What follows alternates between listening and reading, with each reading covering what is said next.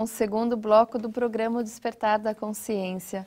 Sebastião Camargo, diante dos ensinamentos que o senhor explicava para a gente, né, no bloco anterior, tem um ensinamento de Jesus que diz assim: ninguém vem ao Pai senão por mim. O que esse ensinamento de Jesus tem a ver com o ensinamento que o senhor estava explicando? Os ensinos de Jesus são muito profundos e, ao mesmo tempo, muito simples de se compreender.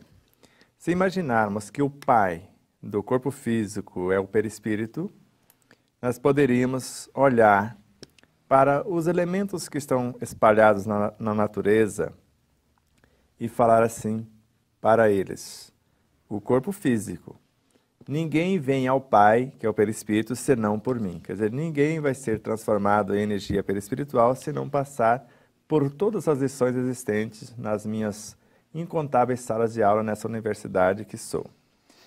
E olhando para o corpo físico, agora, sendo a mente o pai, a mãe do perispírito, é o criador e estruturador desse universo, ele poderia dizer para o físico: ninguém vem ao Pai, ao universo mental, se não passar por mim. Quer dizer, por todas as lições, por todas as salas de aulas que existem no meu universo. E, ao mesmo tempo, o Cristo interno poderia estar olhando para a alma encarnada, para a mente, e dizer: ninguém vem ao Pai se não passar por mim. Quer dizer, por todas essas experiências incontáveis.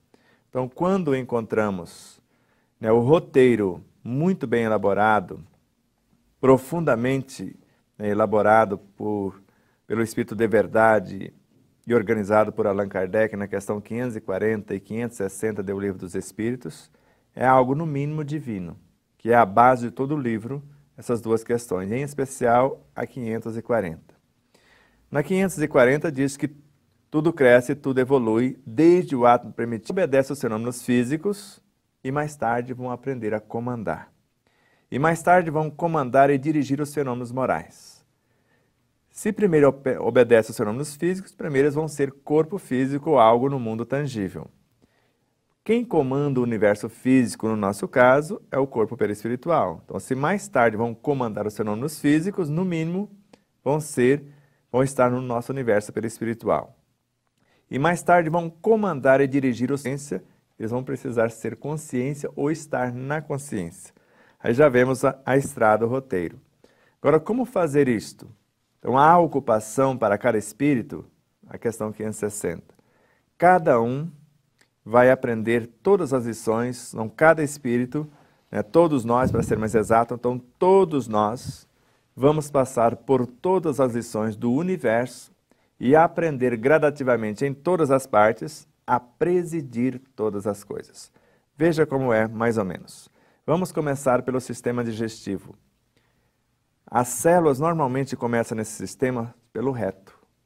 Faz todo o trabalho ali no intestino grosso, desde o nosso ânus até o final do intestino grosso. Elas aprendem tudo por ali, morrendo e renascendo, até se especializarem. Terminou esse estágio, elas adentram no universo do intestino fino até chegar no duodeno. Depois este até chegar no estômago. Depois o esôfago até chegar na estrutura final aqui no nosso paladar, na estrutura da boca. Terminou esse estágio, elas vão galgar agora, começar lá pelo mais primário do sistema respiratório, até chegar no ápice desse sistema. E depois começa pelo sistema circulatório, nas mais simples manifestações, até as mais aprimoradas. Mais tarde, pelo sistema linfático, depois pelo endocrínico, até chegar no sistema nervoso. E quando chega no ápice do sistema nervoso, agora elas estão aptas a habitar o mundo perispiritual. Agora, quem sabe fazer, sabe mandar. Porque só sabe mandar quem sabe fazer. Elas participaram de todas as vertentes do conhecimento do corpo biológico, inclusive ver, sentir, etc, etc. No corpo perispiritual, não só cada célula, porque são formados de células de energia, mas cada partícula subatômica, cada átomo enxerga, ouve, sente. Todos eles sabem fazer tudo, porque aprenderam tudo por aqui.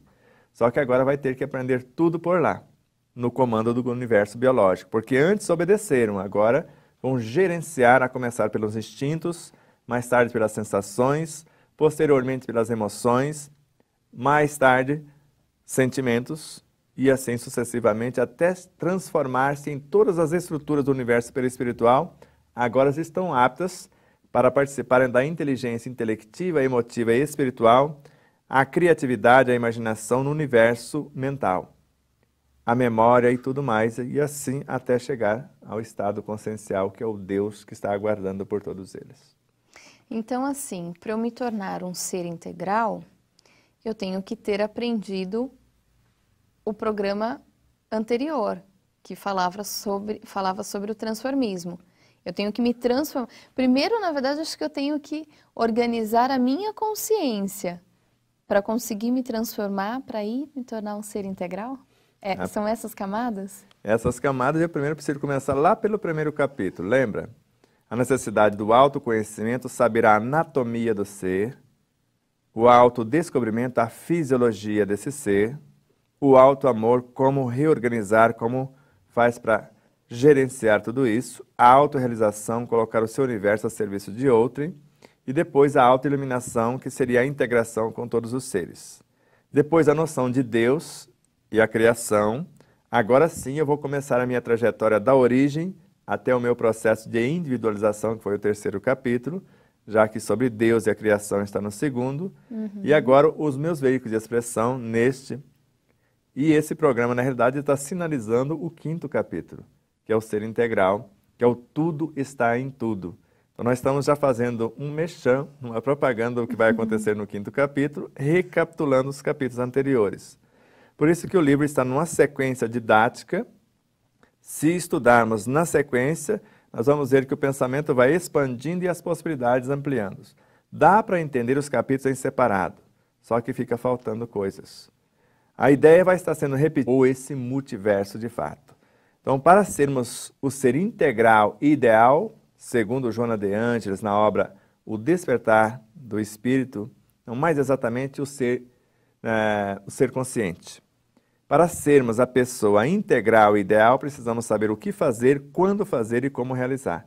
E se eu não me conhecer, se eu não souber, pelo menos, o básico de tudo isso que estamos falando, eu vou ficar indo e vindo e quase sem sair do lugar. Então, antes de qualquer mudança ou qualquer progresso, eu preciso me conhecer, eu preciso fazer o autoconhecimento. Exato, eu preciso saber quem sou. Então, o conhece-te. Por isso que Joana fala como recursos terapêuticos para que nós possamos nos transformar em médico de nós mesmos. A primeira coisa que nós precisamos é conhecer o si mesmo, quem somos. Conhecer a personalidade e suas várias facetas e administrar com sabedoria todas elas, usando a meditação, a oração, e a visualização para canalizar recursos para o eu superior. Quer dizer, eu vou fortalecer o meu diretor primeiro, que é o Cristo interno, para que ele possa me iluminar. Quer dizer, eu vou criar um vínculo com ele, e eu estou pedindo orientações para que ele me oriente. Quer dizer, eu estou torcendo para que o presidente do meu país dê certo. Porque se ele der certo, todos nós vamos ser beneficiados. Então agora eu estou torcendo, eu estou usando a meditação, eu estou usando a visualização, a oração para canalizar recursos do Deus interno para fortalecer o meu Cristo interno. Ou eu, o corpo físico, fazendo isso em relação ao perispírito, este em relação à mente e assim sucessivamente. Então, se eu quiser que o meu chefe ou qualquer elemento que esteja conduzindo o destino das massas, eu oro por ele. Eu torço para que ele dê certo, porque ele é o nosso representante. Agora, se eu ficar só de palanque criticando, e se fosse eu que estivesse no mesmo lugar, o que eu faria? Bom, eu faria assim, então faz no dia a dia. Então administre o seu universo, os seus pensamentos, as suas emoções, as suas palavras, a sua conduta, porque o exemplo de um ser transforma o contexto.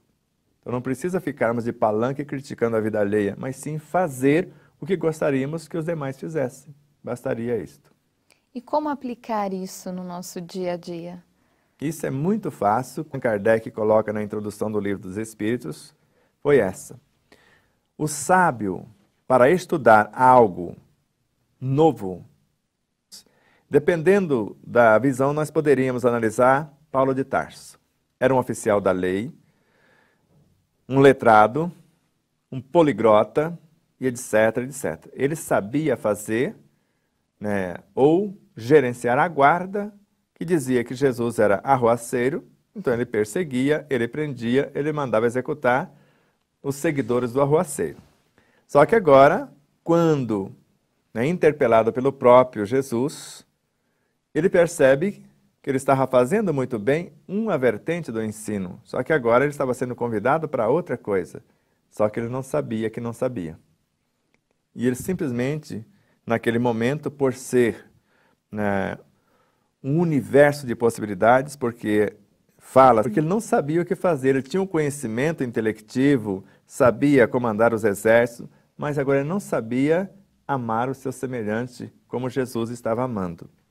E aí ele fala, vai a Ananias, que ele vai abrir-lhe os olhos, impondo as mãos. Nós sabemos que mãos para o Espírito é o pensamento, a vontade. E nós vamos ver esse enredo no próximo bloco, porque parece que esse já terminou. Então vamos ver o desenrolar desse processo do Paulo e depois de nós mesmos. Aguarda só um minutinho, nós vamos molhar as palavras e voltamos com essa explicação.